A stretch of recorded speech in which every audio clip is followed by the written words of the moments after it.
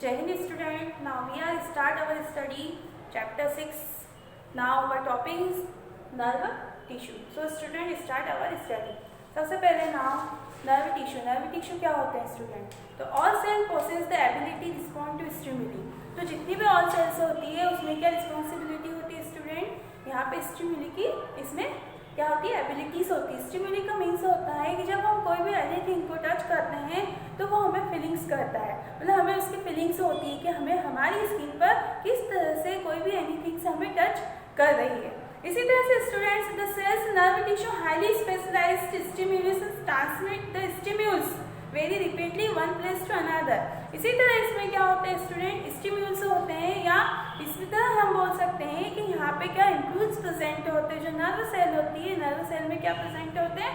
Impulse present होते हैं। Impulse जो होते हैं वो ट्रांसमिट करते हैं one place to another place, मतलब मैसेज को कैरी करने का जो नर्व सेल्स में इम्पल्स होते हैं वो मैसेज को one place to another place हमारी बॉडीज में मैसेज कैरी करने का फंक्शन होता है। इसी तरह यहाँ पे बता रहा है कि सेल और tissue are called nerve cells. इसी तरह से यहाँ पे कि brain, spinal cord and nerves are compose the nerve tissue. Nerve tissue जो कंपोज होती है वो किससे कंपोज होती है? यहाँ पे बता है spinal cord, nerves and nerve tissue. इसी तरह से ब्रेन, स्पाइनल कॉर्ड और नर्व। अब यहाँ पे बता रहा है कि द सेल और tissue are called nerve cell. जो इस सेल के जो टिश्यूज होते हैं वो क्या होते हैं? यहाँ पे किसे हम बोलते हैं? न्यूरॉन्स। न्यूरॉन्स कौन सा क्या होता है student? The cell of the tissue. The cell of tissue are called neurons. So students इसी तरह neurons consist of the cell body. जो न्यूरॉन्स होते हैं वो कंसिस्ट होती है किससे? Cell body within nucleus cytoplasm. इसी तरह यहाँ पे बताएं कि जो सेल बॉडीज है वहाँ पे इसी में यहाँ पे क्या प्रेजेंट होता है? न्यूक्लियस प्रेजेंट होता है। यहीं पे क्या होता है? साइटोप्लाज्म प्रेजेंट होता है इसी सेल में। इसके बाद गिवन है आपके इसमें यहाँ पे यूजुअली न्यूरॉन्स है the single part are called axon. जो न्यूरॉन्स है, जो ये सेल है, इसमें जो सिंगल पार्ट होता है वो सिंगल पार्ट क्या होता है स्टूडेंट? एक्सॉन होता है।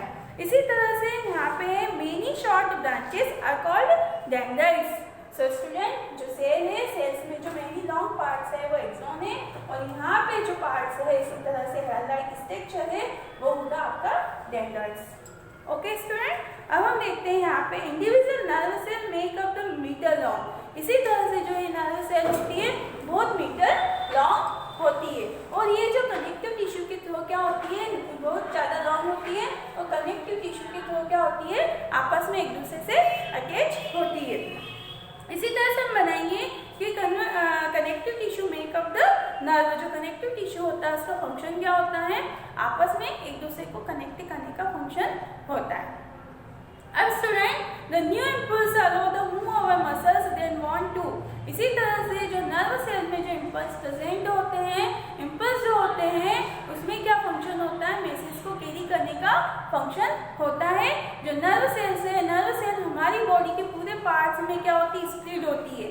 जैसे ही हम लोग किसी भी चीज़ को अटैच करते हैं या किसी भी एनीथिंग से होती है तो हमारी बॉडी में स्टिमुली होती है और वैसे ही इम्पल्स क्या हो करते हैं? कनेक्ट होते हैं। वो मैसेज को क्या करते हैं? मसल से कैरी करने का फंक्शन करते हैं। इसी तरह से the function combination nerve and muscle tissue fundament most animals. इसी तरह से जो नर्व है और जो मसल टिश्यूज है वो क्या करते हैं स्टूडेंट? ये एनिमल्स में प्रेजेंट होती है, जिससे एनिमल्स में क्या करते हैं? स्टिमुली